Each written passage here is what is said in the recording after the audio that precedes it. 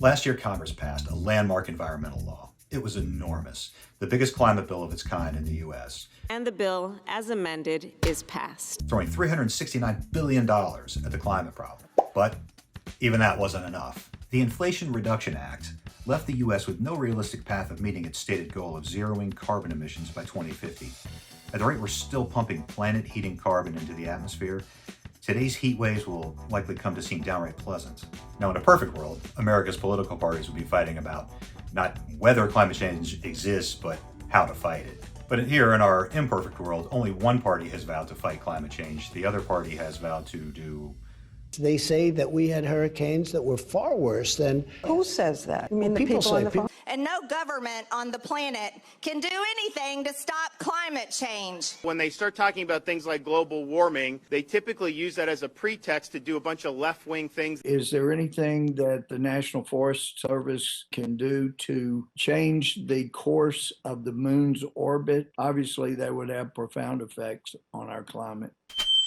I'm surprised I'm not even more depressed than I am. I know how very depressing and overwhelming all this can be, but I want to assume the best today. And in this case, that means Democrats win the White House and all of Congress in 2024. We did it, Joe. And use their filibuster-proof majorities to pass a really good climate bill and make it much, much better. What would that look like? What would that change? So let's break down how to fix this historic but pretty flawed climate bill. First, we have to make carbon more expensive. A follow-up bill would let the government push companies to cut emissions faster, either by making them pay a price in a carbon market or by establishing a federal clean energy standard that penalizes energy producers for transitioning too slowly from fossil fuels.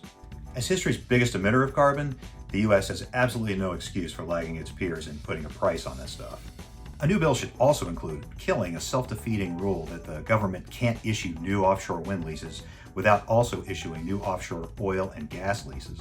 Hypocritical as that sounds, this deal was added to the bill just to make sure it could get through a very narrowly divided Senate. Meanwhile, Republicans are vowing to dismantle the climate bill and President Biden's other climate action if they retake majority control next year. The second thing a new climate bill would do would be to make it much easier for people to build clean energy facilities.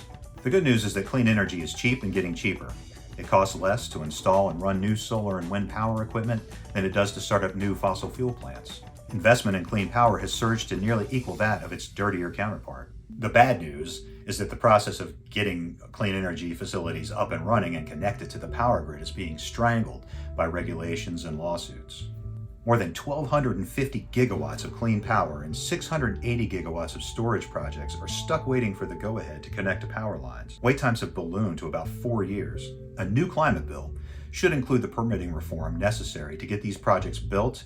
A new climate bill could make it easier to get around not in my backyardism by putting new climate facilities on unloved lands like brownfields and old mining sites. While we're building new energy and transmission lines, we'll also need funding to ramp up charging infrastructure for electric vehicles, including long-haul trucks. And we might as well dedicate some funds to bolstering public transportation while we're at it. God knows we need that. The third thing a new climate bill needs to do is climate-proof our existing infrastructure, housing, and other buildings.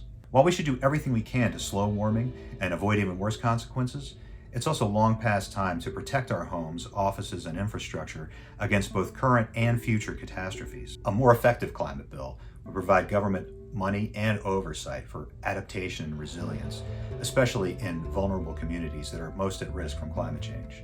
It should also set up and enforce resilient and sustainable building standards all across the country. Some state and local governments have established some of these standards for resiliency in buildings, but without a federal standard, it's not going to move the needle enough.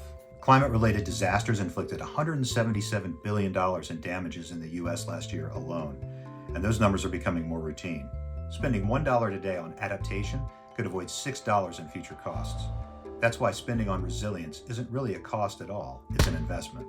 Finally, this new climate bill will give the resources to developing countries that are most at risk from climate change. Developing nations that burn fossil fuels to raise their living standards will only make the climate problem worse. They're also the least to blame for the climate emergency, and also tend to lack infrastructure, air conditioning, clean water, and more. The U.S. is arguably the most to blame for this problem, and so it has a moral obligation to help these countries out. So that's my take on how to fix this climate bill.